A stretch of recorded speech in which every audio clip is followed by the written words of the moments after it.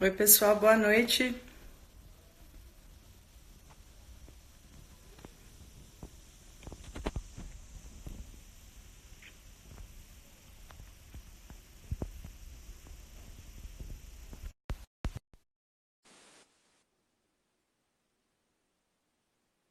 Boa noite a todos. Olá, André, tudo bem?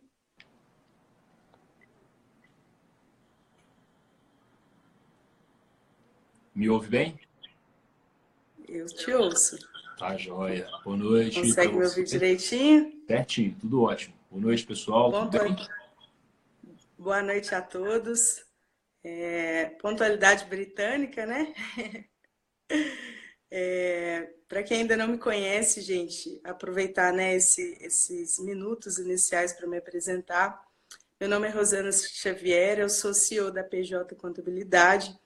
E essa semana nós estamos promovendo, né, uma semana de webinars aí exclusivos para os advogados, pensando aí, comemorando o mês do advogado, né, aproveitando para parabenizar a todos por essa profissão, né, linda, exercida por todas as, né, por todas as pessoas, a maioria das pessoas que estão online aí são advogados. Então, em comemoração, né, ao mês do advogado, a gente resolveu promover alguns webinars aí e conteúdos bastante relevantes para a advocacia. Hoje nós teremos aí como convidado o André, né, que vai falar um pouquinho para a gente a respeito da experiência dele, né, a respeito de audiência de custódia. E, enfim, aproveitem para interagir, façam perguntas, fiquem à vontade. O André é um profissional bastante renomado na área, né? Aproveita a oportunidade aí, André, para se apresentar direitinho para as pessoas, para que eles Ah, conheçam os projetos que você conduz, né? As mentorias, enfim. Sinta-se à vontade, a palavra é sua e, e é isso. Muito obrigada pela presença, né? Por eu que despender agradeço. esse tempo aí conosco. E é isso, vamos lá. Eu que agradeço. Obrigado. Eu quero te parabenizar pela iniciativa de fazer essa semana com esses webinários, com essas conversas, né? Eu acho que a advocacia tem passado por um momento talvez difícil, né? Tem enfrentado alguns percalços e eu acho que quanto mais a gente se fala, mais a gente tem a oportunidade de crescer junto e de trocar experiência, né? Esse tem sido o meu propósito em muito do que eu tenho feito, né? Não só na advocacia, mas, como você disse, em outros projetos também que eu tenho conduzido. Então, parabéns a você, parabéns à PJ por essa iniciativa, né, da gente oportunizar essa troca de experiência, esse bate-papo, essa conversa entre colegas, né, e essa iniciativa de nos aproximar, né. A Perfeito. PJ, a PJ cumpre um papel muito importante, né, que é auxiliar a gente a enquadrar-se numa regularidade. Muitas vezes o advogado se esquece que ele está conduzindo um empreendimento, né? O escritório de advocacia é um empreendimento jurídico e precisa das cautelas comuns a qualquer empreendimento. E uma delas, e que muitas vezes é o calcanhar de Aquiles de muito advogado, eu sinto essa deficiência em muitos negócios jurídicos também, que é a rigidez de uma estruturação contábil, de uma estruturação fiscal, de ter uma metodologia que dê solidez para essa atividade, né? Porque não é só, enfim, sair firmando contratos e exercendo o que a gente gosta de fazer sem se lembrar que por trás disso tem uma estrutura. A OAB não gosta não, mas eu falo assim mesmo, mas tem uma estrutura empresarial, tem uma estrutura que demanda captação e gestão de recursos e a alocação inteligente desses recursos, né? Em casa de ferreiro, o espeto muitas vezes é de pau, e o advogado não cuida da sua contabilidade, da sua escrita contábil, da sua escrita fiscal, e muitas vezes isso vira um problema, né? Eu já vi isso acontecer. O advogado às voltas com uma questão fiscal, com uma questão contábil, porque ele se descuidou, né? Então, parabéns a você, parabéns a PJ por essa iniciativa Muito e obrigada. agradeço. Aceitei o convite muito grato de falar de um negócio que eu adoro, né? Eu adoro a minha área, claro, então falar disso para mim, falar do direito penal para mim, falar de processo penal para mim é muito gratificante, né? Eu sou advogado criminalista aqui em Belo Horizonte, sou professor de direito penal e de processo penal, com mais ênfase no processo penal, que é onde eu leciono hoje, na pós-graduação. Então, o processo penal faz parte da minha rotina, faz parte da minha vida, é o que eu gosto de estudar, é com isso que eu trabalho. Então, tenho militado aí na advocacia já há mais tempo do que eu gostaria de lembrar, mas tenho exercido a advocacia e tenho também, paralelamente, conduzido alguns trabalhos de mentoria com advogados mais novos ou com menos estrada, né? Tenho tentado fazer essa troca de experiência, promover essa troca de experiência entre colegas, né? Para a gente ver se sobe um pouco a classe inteira, ver se a gente melhora um pouco o mercado jurídico inteiro, né? Uma pequena contribuição que eu tenho tentado oferecer. Então, muito obrigado pelo convite. A gente está aqui para falar de audiência de custódia hoje, né? Audiência de custódia é uma realidade na vida de todo criminalista, mais corriqueiramente, mas pode ser uma realidade na vida de outros colegas de outras áreas, né? De colegas que militam em outras áreas. Não raro o advogado se depara com uma situação de urgência, ou vai prestar suporte para um familiar, vai prestar suporte para um amigo, isso acontece. E é convidado a acompanhar um auto de prisão em flagrante, é convidado a acompanhar uma audiência de custódia, a tentar diligenciar a liberdade daquela pessoa, enfim. E esse é um momento muito drástico da atuação processual penal, né? O momento da prisão é o momento mais estressante do processo penal, eu diria. E falar de audiência de custódia é necessariamente falar de prisão, né? São assuntos que estão umbilicalmente conectados, né? Mas, bom, a audiência de custódia, só para a gente fazer um panorama sobre essa temática, né? A audiência de custódia está prevista em documentos internacionais, né? Basicamente 2 documentos internacionais que foram internalizados no ordenamento jurídico brasileiro, foram internalizados via decreto, né? Que é o Pacto de Direitos Civis e Políticos e a Convenção Americana de Direitos Humanos, o famoso Pacto de São José da Costa Rica. Todo mundo já ouviu falar sobre, e são documentos internacionais que versam sobre direitos humanos, porque a audiência de custódia está conectada com essa pauta também, ela integra uma agenda sobre direitos humanos e foi internalizada no ordenamento jurídico brasileiro. E aí a gente precisa compreender esse panorama teórico, esse panorama de fundamentação convencional, constitucional e infralegal que circunda a audiência de custódia, né? Os colegas, se forem verificar no Código de Processo Penal, não vão achar a audiência de custódia lá, porque ela não tem disciplina legal. A disciplina normativa é infralegal. Infralegal convencional e óbvio que encontra também encontra um alicerce na Constituição Federal também, né? A Constituição Federal vai dizer para nós, lá no artigo 1º, que a dignidade humana é um dos fundamentos da República. E a audiência de custódia está umbilicalmente conectada com uma ideia de dignidade humana.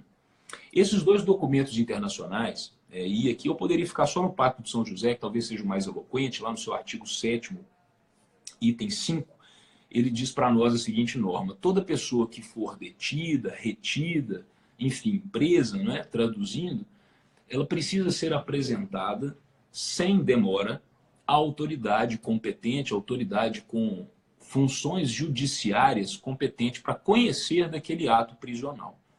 Esses documentos internacionais, tanto o Pacto de São José, quanto a Convenção Americana, quanto o Pacto de Direitos Civis e Políticos, não estabelecem objetivamente qual seja esse prazo.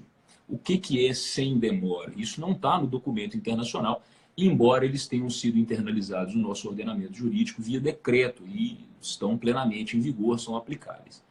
Muito bem, esse é o primeiro panorama que se tem em relação à audiência de custódia. E aí nós precisamos olhar para o plano normativo interno também, para trazer uma outra discussão que foi travada Tô com a minha colinha aqui, né? Porque a gente também não tem que decorar tudo quanto é artigo, tudo quanto é número de recurso extraordinário, senão você fica louco. Mas o Supremo Tribunal Federal, num voto vista extenso e muito bem estruturado do Gilmar Mendes, no recurso extraordinário 466343, esse é o paradigma, o Supremo firmou o seguinte entendimento em relação aos documentos internacionais que versem sobre direitos humanos. A Constituição Federal, lá no artigo 5º, vai dizer para nós que os documentos internacionais firmados pelo Brasil que versem sobre direitos humanos e sejam internalizados com quórum de emenda constitucional terão força normativa de emenda constitucional. Então, não há o que se discutir em relação a isso. Se forem aprovados em 2 turnos, em cada casa do Congresso, etc., aquela metodologia formal de aprovação de uma emenda constitucional. Agora, os documentos que não forem aprovados por essa sistemática, como é o caso da Convenção Americana de Direitos Humanos e do Pacto de Direitos Civis e Políticos, são documentos que versam sobre direitos humanos, mas foram internalizados no ordenamento jurídico brasileiro sem um quórum qualificado de emenda constitucional.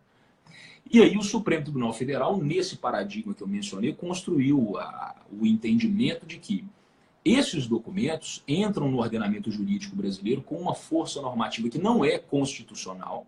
Aliás, afinal, eles não foram aprovados como se emendas fossem, mas também não estão no nível da legislação infraconstitucional. Eles estão sobrepostos. Tem uma força normativa supralegal, é o que vai dizer o ministro Gilmar Mendes nesse voto vista, que foi o responsável por construir esse entendimento que nós temos hoje, exatamente de que esses documentos têm força supralegal. Portanto, eles estão acima da legislação infraconstitucional e abaixo da Constituição Federal. Foi o que aconteceu com o Pacto de São José, que traz ali de maneira mais incisiva a necessidade da audiência de custódia. Em paralelo a isso, o Supremo apreciou também uma medida cautelar numa arguição de descumprimento de preceito fundamental, que foi a 347, em que se discutia o estado do sistema carcerário brasileiro. E todos os colegas que são da área, ainda que não sejam penalistas, ainda que não militem na área do direito penal, têm pelo menos o aviso da situação caótica em que se encontra o sistema prisional brasileiro. Não é de hoje, né? Nós caminhamos para uma população carcerária que já superou os 800 mil, né? O número de 800 mil pessoas no sistema prisional. Há quem acredite que esse número já tenha extrapolado 1 milhão, porque os dados podem ter alguma corruptela, etc. Não estão propriamente atualizados. Os últimos dados do DEPEN são de 2016. Então há quem diga que esses dados podem ser até maiores. Nós somos a terceira maior população carcerária do mundo. Então o Supremo Tribunal Federal, apreciando essa arguição de descumprimento de preceito fundamental, firmou eu vou chamar de entendimento por falta de palavra melhor, mas declarou a inconstitucionalidade do sistema carcerário, do estado de coisas do sistema prisional brasileiro. Tanto assim que essa arguição, essa ADPF, ficou conhecida como a ADPF do estado de coisas inconstitucional do sistema prisional brasileiro. E aí, como uma tentativa de desafogamento do sistema carcerário, e não apenas uma ideia instrumental, mas de asseguração de direitos e garantias fundamentais também, né?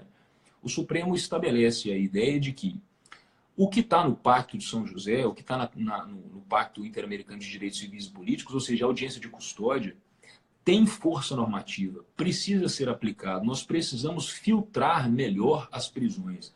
Nós prendemos muito, prendemos mal, né, uma baixa qualidade prisional, e o sistema carcerário não tem mais condições de absorver essa massa prisional com um mínimo de asseguração de direitos fundamentais, com um mínimo de dignidade. Qualquer pessoa que tenha tido qualquer experiência no sistema prisional nos últimos 10 anos sabe que isso é uma verdade inexorável. O sistema carcerário não comporta mais gente. Nada obstante, nós continuamos encarcerando com uma volumetria muito grande e com a qualidade baixa. Então, foi uma tentativa, né? O Supremo diz, olha, reconhecida a inconstitucionalidade do estado de coisas do sistema prisional, nós precisamos dar efetividade para a audiência de custódia exatamente para saber se essas prisões são devidas, né? Se não há outra alternativa, e no sistema processual penal brasileiro, a prisão cautelar, que é aquela que nós temos durante o inquérito ou durante o processo penal, mas que não é aquela prisão decorrente de uma sentença penal condenatória transitada em julgado, essa prisão na modalidade cautelar, né, as prisões provisórias lato sensu, elas são sempre excepcionais. Sempre excepcionais. E nós temos uma massa carcerária que tem um índice de 40% dos seus integrantes, aproximadamente 40%, de presos provisórios. Então, isso é um grande problema. Esses dados são muito preocupantes e a audiência de custódia vem como uma tentativa de fazer um mínimo filtro, né, de trazer mais próximo do juiz competente a apreciação das prisões, e não só das prisões em flagrante, mas de toda e qualquer modalidade de prisão. Porque, reconhecida essa inconstitucionalidade, ato contínuo, o Conselho Nacional de Justiça, o CNJ, edita uma resolução que é exatamente o que nós temos hoje de disciplina da audiência de custódia, que é a Resolução 213 de 2015, do Conselho Nacional de Justiça. Como eu disse, a audiência de custódia não está no Código de Processo Penal, ela não tem disciplina no Código. A disciplina dela está em um ato normativo do CNJ.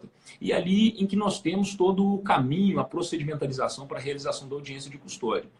E isso a edição dessa resolução se deveu ao reconhecimento pelo Supremo dessa inconstitucionalidade, desse estado de coisas inconstitucional. Então, vem para nós em 2015 a resolução 213 do CNJ, que disciplina a realização da audiência de custódia e torna mais objetivo aquele prazo que os documentos internacionais não trouxeram, né, traduzindo o que seja aquela locução sem demora. Isso é, toda pessoa presa precisa ser apresentada à autoridade judiciária competente, sem demora, e a resolução 213 vai nos dizer, olha, sem demora é 24 horas.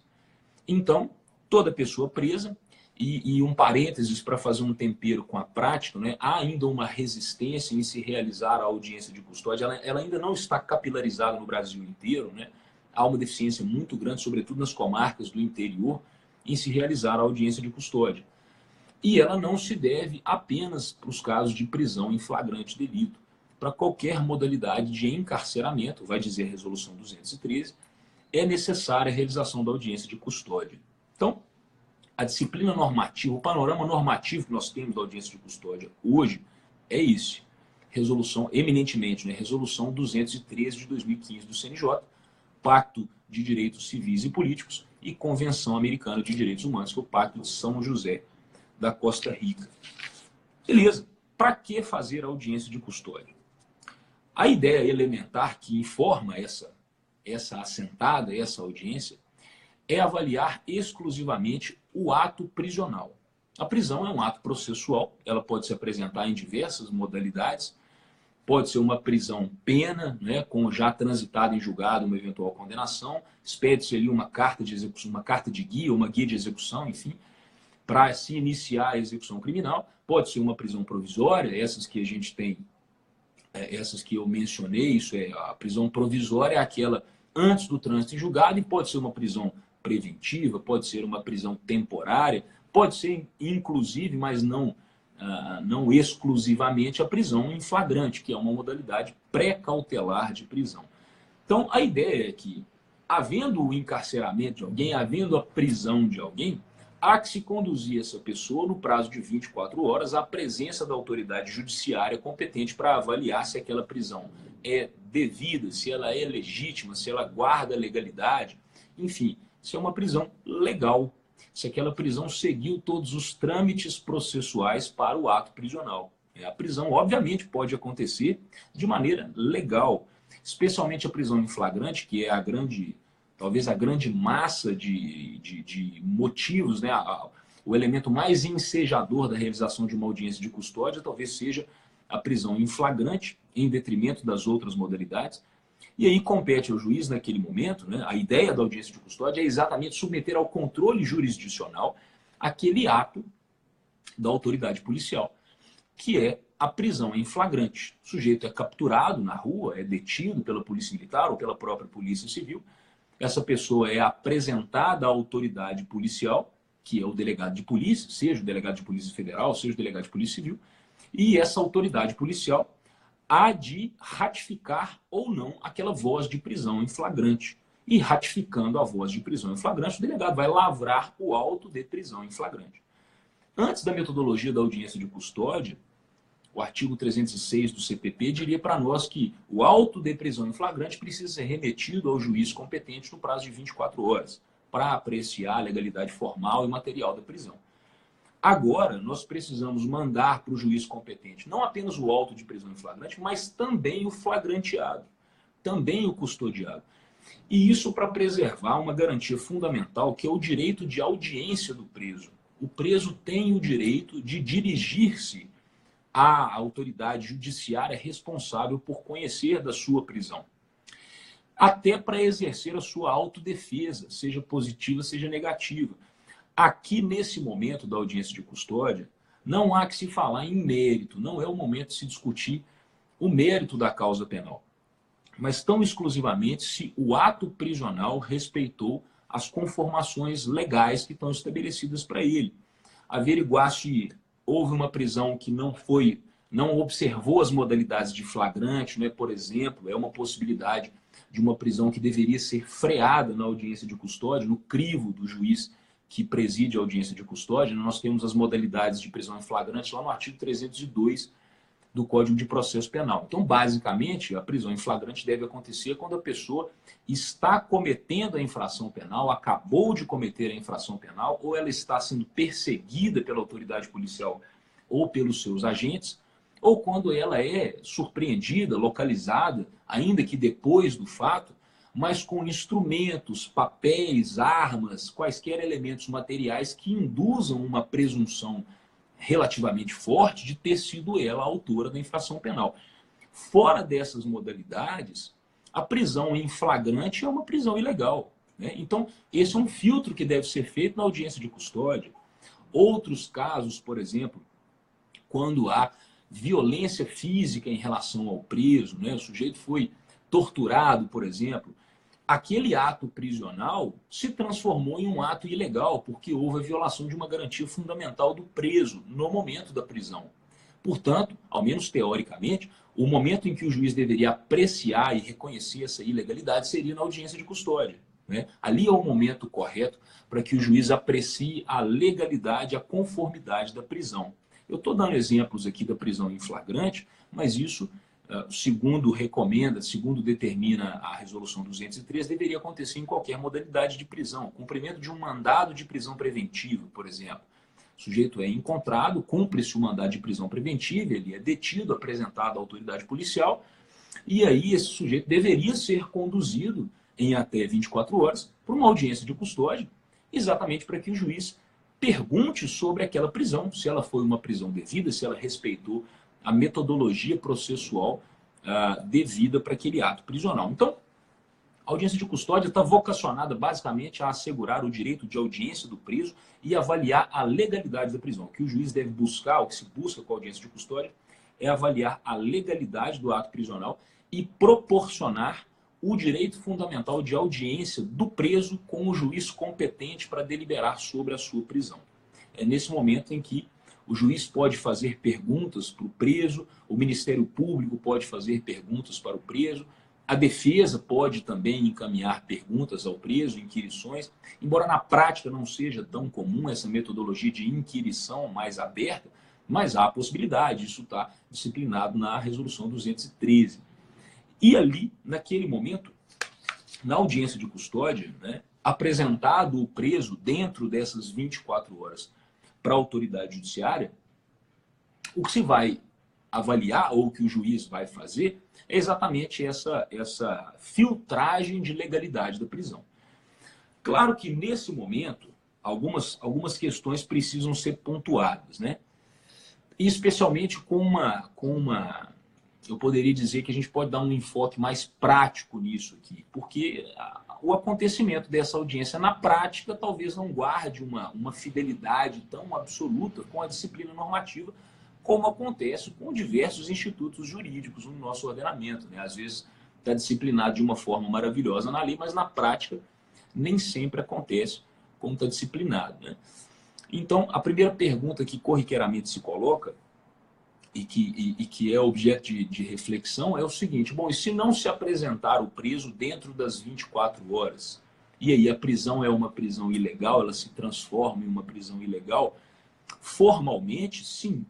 Se o prazo não é observado, formalmente, essa prisão, passadas 24 horas da apresentação do preso à autoridade policial, e esse marco temporal é importante, Não é 24 horas a partir da voz de prisão em flagrante, dado pelo policial militar na rua, por exemplo, mas da apresentação do preso à autoridade policial, o que nós vamos chamar na prática ali de recebimento da ocorrência. A Polícia Militar entrega a ocorrência à Polícia Civil e ali o custodiado passa à custódia da Polícia Civil. Então, quando o delegado recebe aquela ocorrência, a partir dali, transcorridas 24 horas, se o preso não for submetido à audiência de custódia, formalmente nós temos uma prisão ilegal.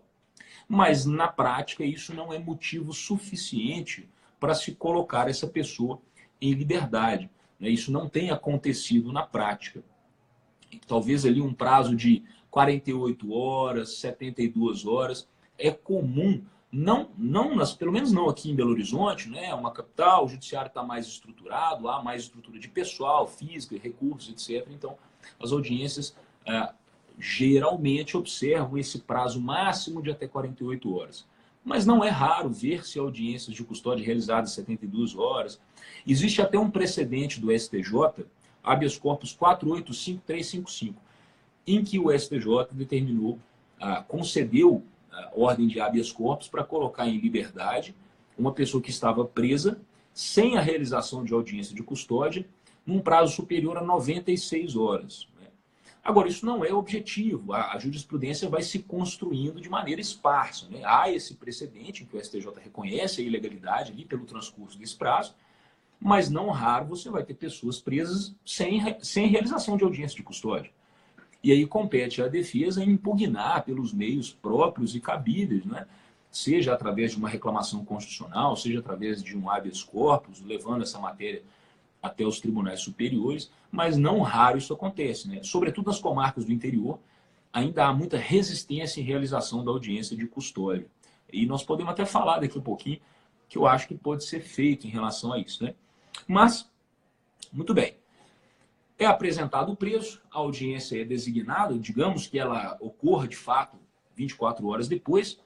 Nessa audiência estarão presentes, obviamente, a pessoa presa, o juiz que vai presidir esse ato, o Ministério Público e a defesa, né? A defesa técnica é indispensável, obviamente, mas se não houver defensor particular, se não houver advogado constituído, vai ser nomeado um defensor público, porque sem a defesa técnica o ato é absolutamente nulo, não pode acontecer. Portanto, ou vai haver um defensor conduzindo, né, pela defesa essa audiência de custódia, ou vai haver um advogado particular conduzindo a assentada. E aí, é muito importante frisar isso aqui com os colegas, que aberta a audiência, ou antes até de aberta a audiência, quando o advogado se dirige ao foro, vê lá na pauta, né, o nome do seu cliente, o nome do preso está lá, pautado para que seja realizada a audiência de custódia, é fundamental, por ser um direito da pessoa presa. Aqui nós podemos aplicar extensivamente o artigo 185 do Código de Processo Penal. O artigo 185 tem uma norma que é basicamente o seguinte: antes de todo e qualquer ato de interrogatório, o preso ou o acusado tem o direito de se consultar, de se entrevistar prévia e reservadamente com o seu defensor. Aqui nós não estamos falando propriamente de um interrogatório. Na audiência de custódia não acontece um interrogatório no conceito clássico desse ato processual, porque aqui nós não discutimos o mérito da ação penal. Não há sequer ação penal ainda, não tem denúncia oferecida, né? Mas, numa aplicação por extensão, a defesa precisa ter a oportunidade de se entrevistar previamente com o custodiado, até para que o defensor entenda o que aconteceu, para que ele entenda os fatos, para que ele ouça do custodiado como se deu a sua prisão, qual foi a circunstância em que ele foi preso, como é que foi a dinâmica desses fatos, se ele foi submetido ao exame de corpo de delito ou não, se ele foi vítima de alguma violência policial física ou moral, enfim. O defensor precisa entender isso. E a melhor forma de entender isso é a entrevista prévia e reservada com o custodiado. Para além de ser um direito do preso, isso é uma prerrogativa profissional do advogado. Nós precisamos, né, e eu sempre exorto os colegas a conhecerem a Lei 8906 de 94, que é o nosso Estatuto da Advocacia, e fazer uma leitura perene dessa lei. A gente tem que estar sempre lendo o Estatuto da Advocacia e com muito carinho, com muita cautela, Porque o desconhecimento das prerrogativas profissionais gera um prejuízo imenso, não só para o defensor, mas principalmente para o cliente. Nós não podemos abrir mão das nossas prerrogativas profissionais. Então, entrevistar-se prévia e reservadamente com o custodiado é uma prerrogativa profissional do defensor. Ela precisa ser observada sob pena de nulidade absoluta daquele ato. Então, ao chegar ao foro para conduzir a audiência de custódia, a primeira coisa que o defensor tem que fazer é entrevistar-se pessoalmente com o seu custodiado, com o seu cliente.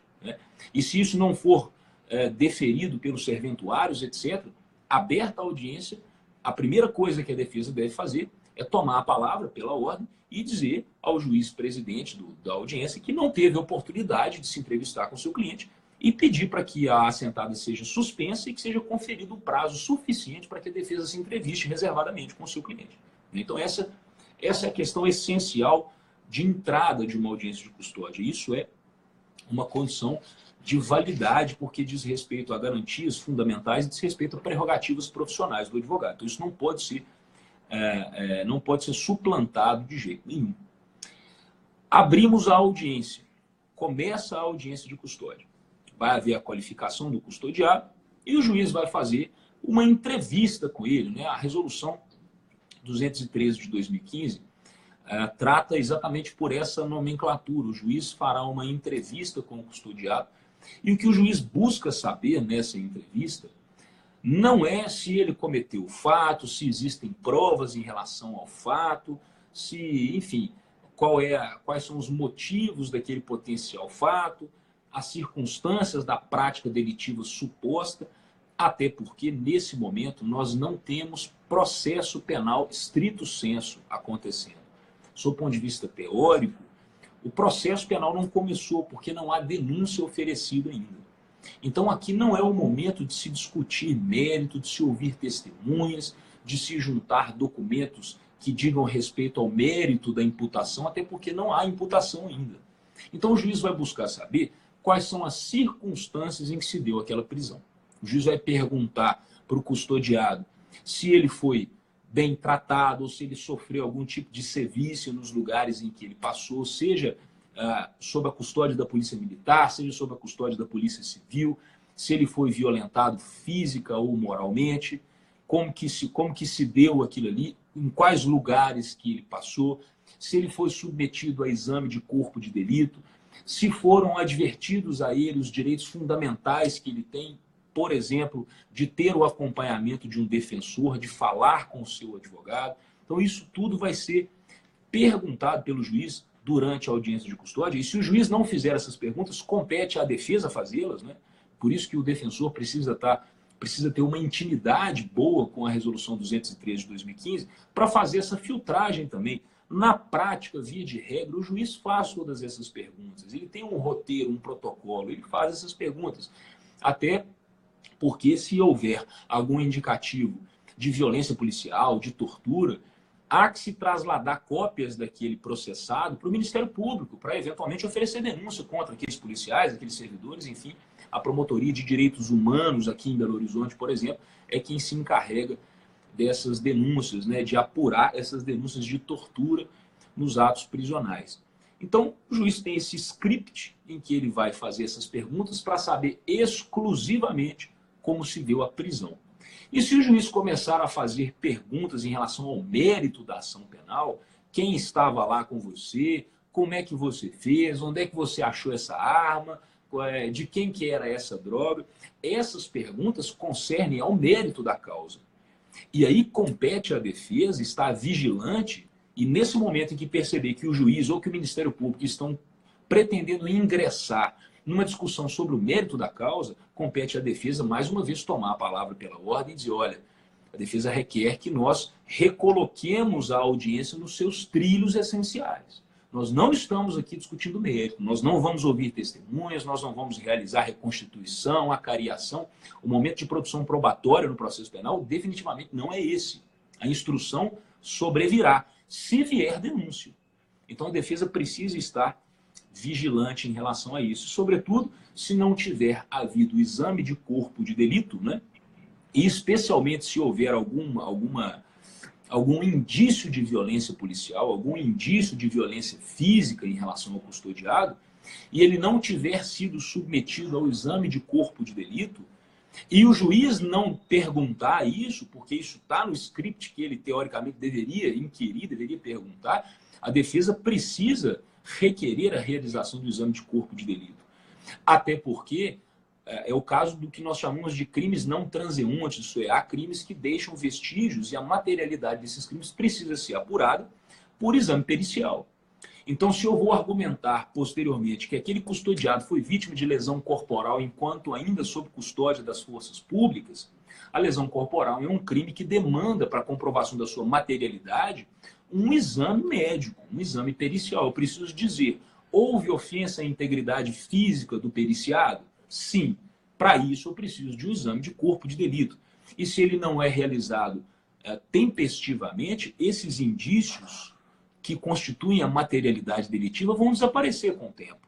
Eu vou perder aqueles indícios, aquele elemento de prova vai se perder no tempo. Então, a defesa compete também postular a realização desse exame se ele não for determinado pelo próprio juiz e se ele não tiver sido realizado de ofício pela autoridade policial. Tá certo?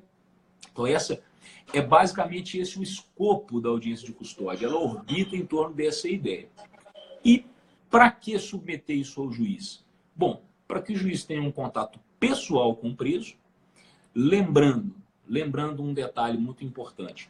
Bom, eu disse que o defensor precisa chegar e se entrevistar pessoalmente, reservadamente com o seu constituinte, para entender o que aconteceu da boca do próprio cliente, né, da boca do próprio preso, e estruturar a sua estratégia de acompanhamento daquela audiência de custódia, ingressando na sala de audiências. Uma questão muito importante que me parece que e eu tenho visto que muitos advogados, muitas vezes, se conformam com essa situação, e eu penso em sentido contrário.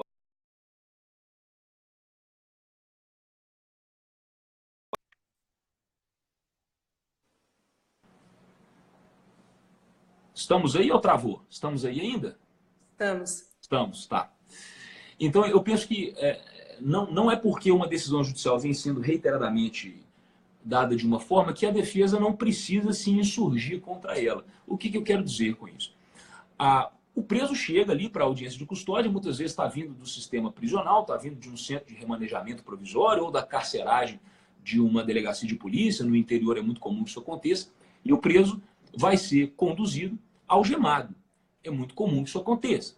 E aí, ingressando na audiência de custódia, compete à defesa requerer expressamente a desalgemação do preso, porque o próprio Supremo Tribunal Federal já deixou isso claro através da súmula vinculante número 11. A algemação é um ato processual. Nós precisamos entender isso. O uso de algemas é um ato processual que demanda uma fundamentação concreta. A pessoa não pode estar algemada em nenhum ato processual, a não ser que ela esteja oferecendo risco de fuga, risco para a integridade física dos presentes, risco para a sua própria integridade física. E muitas vezes o que se percebe é, no momento da audiência de custódia, você tem lá o custodiado, algemado, 3, 4 policiais militares armados dentro da sala de audiência.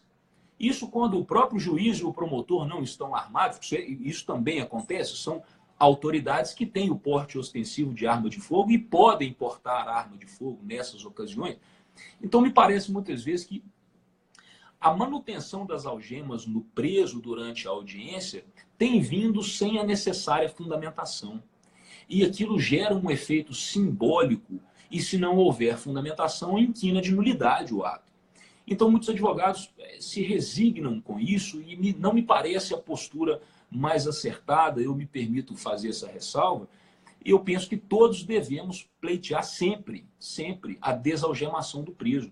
E aí, o juiz vai fazer a fundamentação. Corriqueiramente, ele vai indeferir esse pedido em nome da segurança dos presentes, mas essa é uma fundamentação genérica que não tem muita força. E, de toda forma, o tribunal acate ou não acate a nulidade desse ato processual, compete a nós, defensores, insistir até que, eventualmente, isso mude na jurisprudência, como várias coisas foram fruto da insistência da advocacia.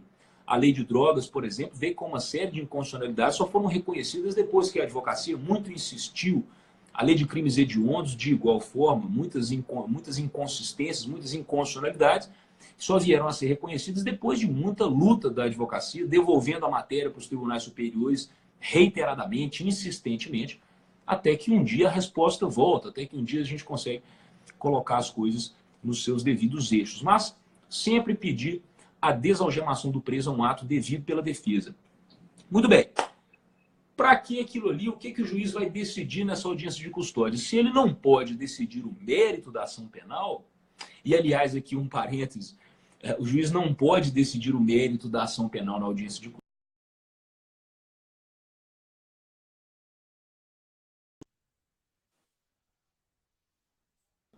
Com uma notícia, né?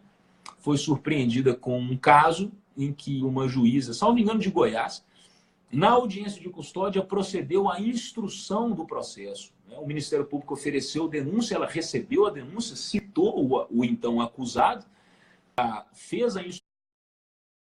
Na verdade, não houve propriamente, dispensaram as testemunhas, mas sentenciou a ação penal logo na audiência de custódia, o que é, obviamente, sob o ponto de vista teórico, uma excrescência, uma aberração. O processo penal precisa de um tempo fisiológico para se desenvolver.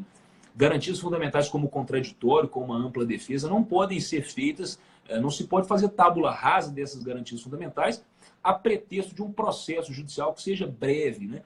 A eficiência do processo tem sido um subterfúgio para encaixar ali processos penais conduzidos a toque de caixa, o que é muito perigoso. A gente pode eventualmente tentar fazer isso no processo civil, como de fato se tem tentado no processo civil desde a década de 90 no processo civil brasileiro, com as ondas renovatórias do processo, e talvez até um pouco antes, década de 60 e 70 na Itália, onde se origina um movimento de contratualização, de aceleração, de eficiência, de efetividade do processo civil, o que é muito louvável. No processo penal, a qualquer custo, a bem da celeridade. Justiça criminal não se faz correndo, né? O processo precisa amadurecer. A instrução processual é algo muito cara no processo penal. Então, isso precisa ser observado. Mas, se o juiz não vai julgar a ação penal ali, se ele não vai discutir mérito, o que ele vai decidir, então, na audiência de custódia?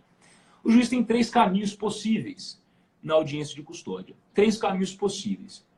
Se ele se depara com uma prisão ilegal, por exemplo, uma prisão em flagrante delito que é realizada mediante violação de domicílio. A equipe policial não tem um mandado de busca e apreensão e, mesmo assim, ingressa no domicílio de alguém sem o mandado. Lá dentro encontra, por exemplo, uma arma sem o devido registro, encontra droga, encontra qualquer outro elemento material que induza a prática delitiva, dá a voz de prisão em flagrante e, obviamente, isso vai seguir o trâmite normal, delegacia de polícia, auto de prisão em flagrante, audiência de custódia. Essa prisão é uma prisão ilegal. Afinal de contas, ela foi obtida, ela foi efetivada por intermédio da violação de uma garantia fundamental. Portanto, essa prisão, ou qualquer outro exemplo de prisão ilegal que se queira construir, um flagrante forjado, por exemplo, manifestamente forjado, o problema é provar isso na audiência, mas qualquer ilegalidade que inquine a prisão de vício, essa prisão é ilegal, ela deve ser relaxada imediatamente pelo juiz. E aí nós não vamos falar de imposição de medidas cautelares diversas, não, se a prisão é ilegal, o sujeito tem que ser posto em liberdade imediatamente, né? Agora, se a prisão é legal, se ela respeitou os trâmites normativos pertinentes, se a prisão observou a forma, observou o conteúdo, se não houve violação de garantia fundamental, se todo o procedimento previsto nos artigos 302 e seguintes do Código de Processo Penal foi estritamente observado pela autoridade policial, essa prisão é legal, ela não há que ser relaxada. Aí o juiz precisa deliberar se ele decreta a prisão preventiva, se estiverem presentes os respectivos requisitos.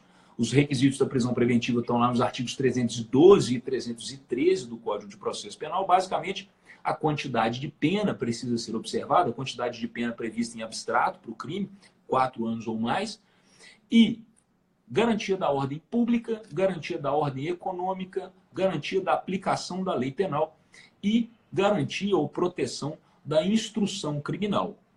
Então, se o juiz vislumbrar que qualquer um desses aspectos está fragilizado, está colocado em risco pela liberdade do custodiado, o juiz vai decretar a prisão preventiva, né? Agora, havendo a possibilidade, como a prisão cautelar é sempre excepcional, é sempre a última medida, né?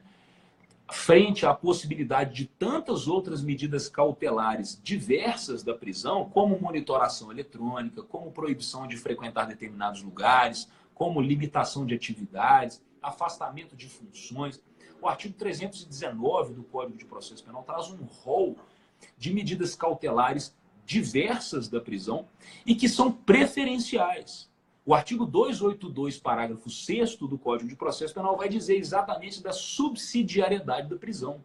A prisão cautelar é sempre a última medida. Ela só deve ser imposta quando todas as outras medidas possíveis e menos gravosas não forem suficientes. E aí o juiz precisa fundamentar por que elas não são suficientes. Na prática, isso não acontece dessa maneira maravilhosa, mas deveria acontecer. Então, se a prisão é ilegal, o juiz relaxa essa prisão. Se a prisão é legal, o juiz deve optar. Se estiverem presentes os requisitos da prisão preventiva, ele decreta a prisão preventiva. Se não estiverem presentes os requisitos da prisão preventiva, ou se forem suficientes e necessários, suficientes para acautelar o processo, para afastar um eventual perigo no libertatis do custodiado. As outras medidas cautelares diversas, por exemplo, o sujeito tem residência fixa, tem ocupação lícita, não tem uma certidão de antecedentes criminais, uma folha de antecedentes criminais que indique que ele participa reiteradamente de eventos criminais ou tem apontamentos criminais, se aquela ocorrência é um fato isolado na vida do sujeito, se ele não está ameaçando testemunhas, ele não representa um risco para a persecução criminal, por que manter essa pessoa encarcerada? Né? Não há motivo para tanto. Eventualmente, uma tornozeleira eletrônica é suficiente. Eventualmente, a prestação de uma fiança é suficiente. Eventualmente, o comparecimento periódico a juízo para dar conta das suas atividades é suficiente para cautelar o processo.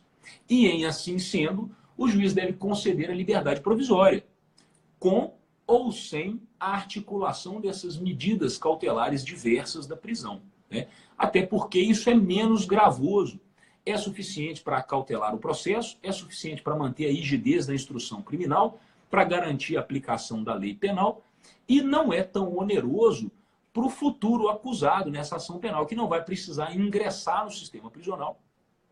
E nós que operamos isso na prática todos os dias, sabemos que ingressar no sistema prisional é algo que se deve evitar a todo custo. A todo custo. A pessoa, quando ela ingressa no sistema prisional, por menor o tempo que ela fica lá, isso é uma chaga que a pessoa carrega para a vida inteira. Então, quanto mais se puder economizar àquela pessoa o contato com o sistema prisional e quanto mais se puder economizar o próprio sistema prisional, que já não aguenta mais nenhum ingresso, não há vagas, não há condições humanas de receber pessoas no sistema prisional, melhor, mais bem sucedida é a atuação de todos os personagens envolvidos, né? Então, são basicamente esses três caminhos que o juiz tem por percorrer, e a defesa vai fazer esse pedido na audiência de custódia de maneira ali ao momento de encaminhar o requerimento. O que antigamente nós fazíamos através de uma petição de liberdade, né? Nós protocolizávamos uma petição tendo a liberdade provisória ou o relaxamento da prisão, se ilegal. Hoje a defesa faz de maneira oral, na própria audiência. Finda essa entrevista, o juiz geralmente passa a palavra para o Ministério Público, que vai se manifestar também sobre o relaxamento de uma prisão eventualmente ilegal, sobre a concessão de liberdade provisória ou sobre a decretação da prisão preventiva. Corriqueiramente, o Ministério Público se manifesta, né, pela decretação da prisão preventiva, corriqueiramente. E aí, dada a palavra à defesa, a defesa compete requerer o que entender de direito, que geralmente vai caminhar pelo pedido de relaxamento da prisão ilegal ou de concessão da liberdade provisória, com fiança, sem fiança, com medidas cautelares diversas ou sem medidas cautelares diversas. E aí uma dica que eu dou para os colegas, né, me permito compartilhar essa dica prática, é que no momento da audiência de custódia, a defesa vá para o ato processual já munida de todos os documentos que ela conseguir angariar do custodiado. Esse é o momento de fazer contato com a família, de buscar os documentos pessoais do preso, de buscar carteira de trabalho, contra-cheque, declaração do empregador, a certidão de nascimento de filhos, comprovante de endereço. E o que nós queremos com toda essa documentação? Provar que o sujeito tem residência fixa, que ele tem uma ocupação lícita, que ele é uma pessoa que não representa risco para a instrução criminal. Esse contexto que a defesa precisa construir na audiência de custódia para suportar o seu pedido de concessão da liberdade provisória, de que aquele sujeito não representa um risco para a persecução criminal, de que ele não vai fugir, de que ele não vai ameaçar testemunhas, de que ele é uma pessoa que teve de um comportamento social razoável, não tem um envolvimento contumaz com a criminalidade, teve um deslize, teve uma questão pontual e pode responder o processo em liberdade, tem condições de responder ao processo em liberdade. Esse é o contexto que a defesa precisa criar nessa oportunidade de participar da audiência de custódia, que é um ato processual muito importante. Eu vejo, às vezes, colegas perguntando, será que eu preciso mesmo ir à audiência de custódia? Afinal de contas, o juiz tem a obrigação de apreciar mesmo, ele vai precisar tomar uma decisão, se decreta preventiva, se relaxa a prisão ilegal, se concede a liberdade provisória. Ora, a meu juízo, obviamente a defesa precisa participar da audiência de custódia. Não há razão para que o defensor não esteja lá. E claro, se você, advogado particular, não estiver, um defensor público será nomeado, ou um defensor dativo será nomeado para acompanhar o ato processual, porque sem a defesa técnica, o ato processual é absolutamente nulo, ele não pode operar efeitos. Num panorama geral, Rosana, eu acho que se a gente poderia condensar a audiência de custódia, é claro que a operação prática do negócio nos oferece uma riqueza de detalhes muito maior do que isso, né? Enfim, a vida não cabe em um webinário, não é? Mas se a gente pudesse condensar, eu acho que essas seriam as informações, os pontos mais relevantes a convidar maior atenção dos colegas na condução de uma audiência de custódia. É um ato processual muito importante. Ali é que se decide o estado de liberdade daquela pessoa. Então, para o preso é um momento crucial e a defesa precisa ir para a audiência de custódia sabendo o que está fazendo, com muita segurança do que está fazendo e com a dimensão de responsabilidade que, eventualmente, se não houver sucesso ali, é óbvio que isso não é acreditado só ao advogado, né? Às vezes o caso, de fato, não comporta, não há possibilidade de se conceder uma liberdade provisória, mas muitas vezes é possível se conseguir a liberdade do cliente naquele momento e, às vezes, por um relapso, por não ser relapso o advogado, ou por deixar passar algum detalhe, ou por não dominar plenamente a audiência de custódia enquanto um ato processual, o cliente vai amargar mais longos meses no sistema prisional até que, eventualmente, um habeas corpus seja apreciado no tribunal ou no STJ, ou um pedido de revogação da prisão preventiva seja apreciado pelo juiz de primeira instância. Então, é muito importante. Me parece que nessa conversa inicial da persecução criminal, nos casos em que nós temos a prisão, nós temos o cerceamento de liberdade, me parece ser uma das coisas mais importantes nesse momento inicial da persecução criminal, em que há o envolvimento ali do cerceamento de liberdade, que é o envolvimento de um ato prisional. A audiência de custódia, sem dúvida, é um ato para o qual eu acho que todo advogado, independentemente da área em que ele milite, deve estar preparado para fazer.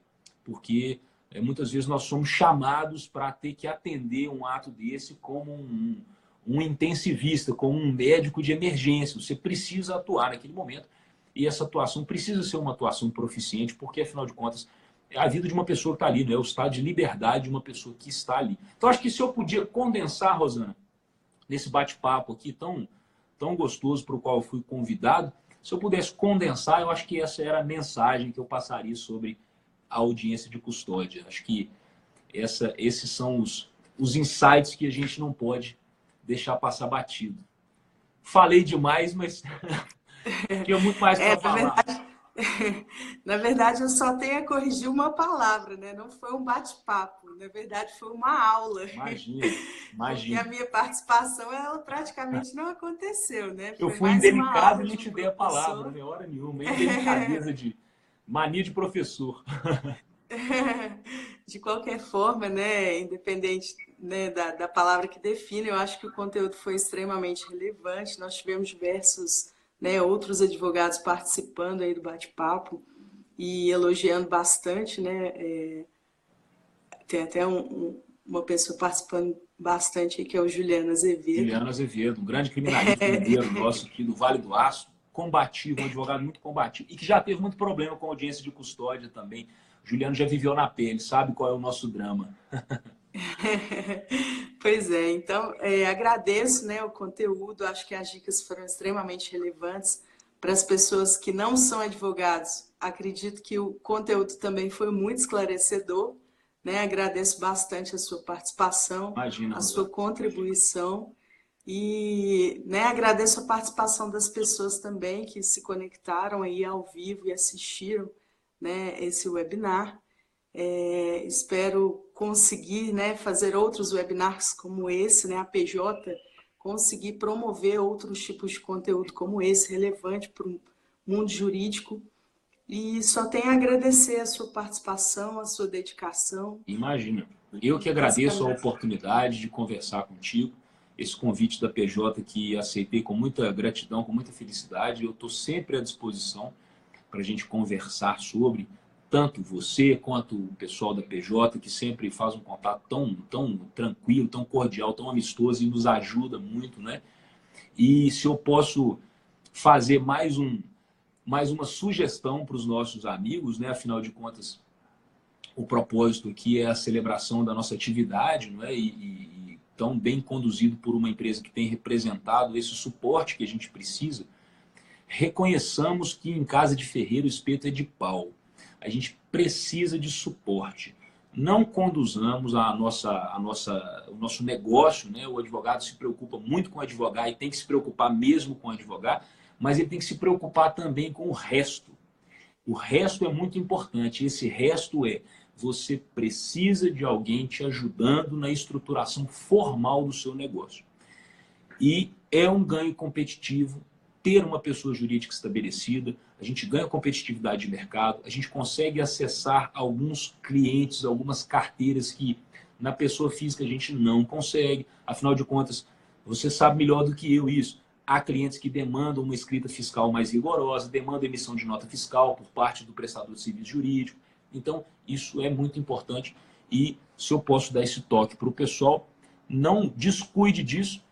E se você precisar desse suporte, essa pessoa que está do outro lado da câmera é quem pode te ajudar, não tenha dúvida, que ela me ajuda e ela pode te ajudar também. Rosana, obrigado pelo convite, viu? Muito eu que obrigado, estou agradeço, sempre à Rogério. disposição de vocês. Tá Tá joia? ótimo. Muito obrigada pela atenção a todos e tenha uma boa noite. Boa noite para todos. Obrigada. Tchau, tchau. Até breve. Tchau, tchau.